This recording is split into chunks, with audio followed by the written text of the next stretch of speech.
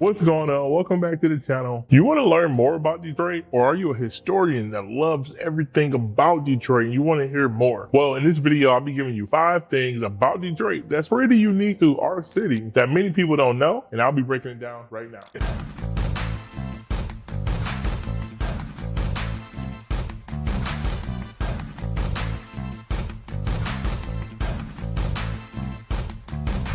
Did you know Detroit was home to the #1 art museum in the entire country? The Detroit Institute of Arts. That is the #1 art museum in the country. So built in 1927, the building has portions that date all the way back to 1522. So there's actually a building in there. It's the chapel. It's a French chapel that's inside of the DIA that was built in 1522 over in France. So they took it down piece by piece and then shipped it over here to Detroit and installed it in the DIA. That's a very, very old piece of history that is actually in the DIA. So another really big thing about the DIA is that it's huge. They got over 65,000 pieces of art, and with over 100 galleries in there and over 685,000 square feet. It's humongous. One of the really special artworks or pieces of artwork that's in there is the Bruegel painting, which is there. There's only 40 of these in the entire world, and only 2 in the US, and there's one right here at the DIA, and the other one is at the Met in New York City. So its art collection at the DIA is said to have been appraised for upwards of $8.2 billion, and that's all the way back in 2014. Now, if you know, like I know, how inflation is working, it's worth much, much more here now today. Detroit has the 2nd largest theater district in the entire country. Second only to, you guessed it, New York,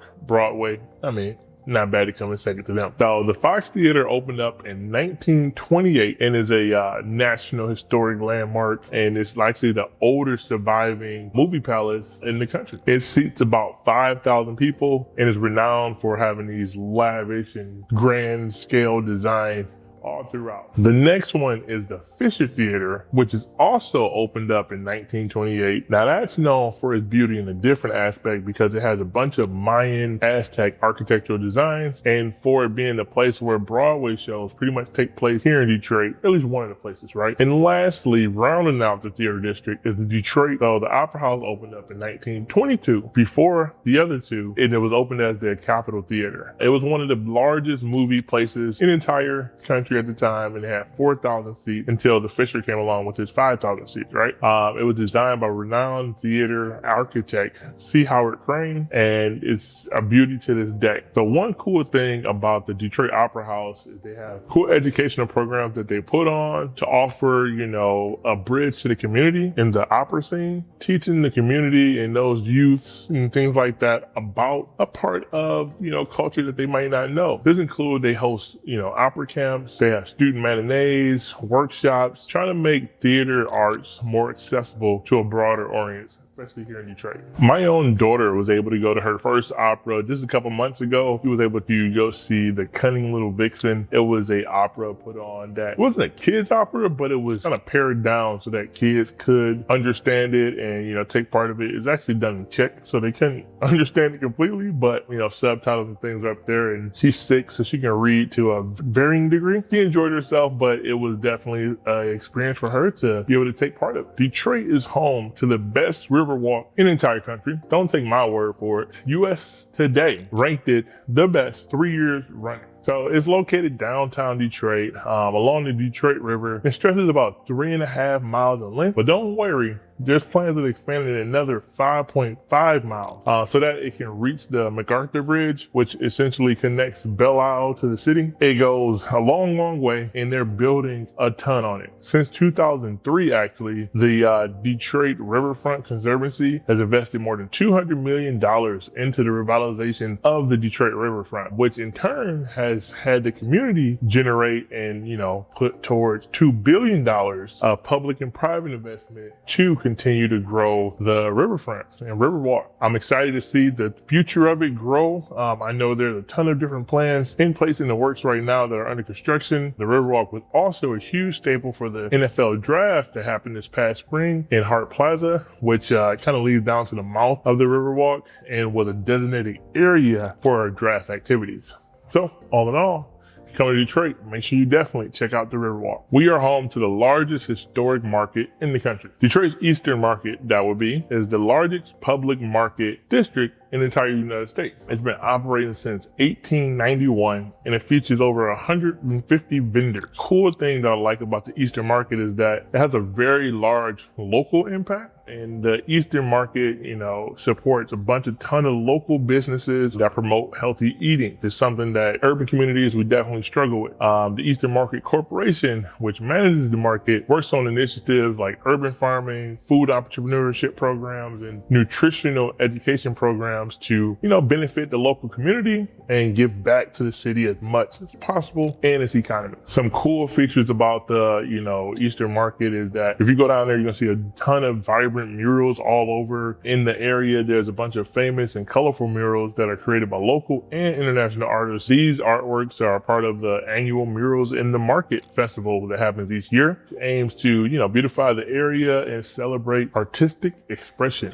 Told you we're number one art district, so it's a lot of art if you want to come to Detroit and enjoy. Among other things, we also do have a ton of community events there. So it hosts a ton of events, like I said, throughout the year, including the annual Flower Day, which is humongous. That's going to draw thousands of people down to the Eastern Market in May every year. Other events are like cooking classes, live music or cooking demonstrations, and then holiday market, making it a lively community gathering place all throughout the year. And no matter what time of year you come to the Eastern Market, there's going to be stuff to do for sure. My favorite time starting to roll around, and that's going to be Detroit Lions, season. And the Eastern Market is actually like the largest tailgating spot in all of Detroit for Detroit Lions games. You're planning on coming down to the city and checking out a Lions game? Eastern Market will be a great place to tailgate. Detroit has actually become a leader. Yes, I said a leader in urban agriculture, or what's more affectionately called urban farming. A ton of community gardens all over the city, mostly because, we've had a ton of vacant lots throughout the entire city for years and years and years. So we thought it was best to do something with this, and people in the city of Detroit have come up with tons of initiatives like the Eastern Market, Detroit Kitchen Connect, all types of different places, initiatives locally and abroad to create these urban local farms. So they basically provide like fresh, locally organic grown produce, communities that lack the access to healthy food options. This helped to address some of the food deserts and improve, Detroiters' access to nutritious food, which is something we severely lack in the urban community for sure, and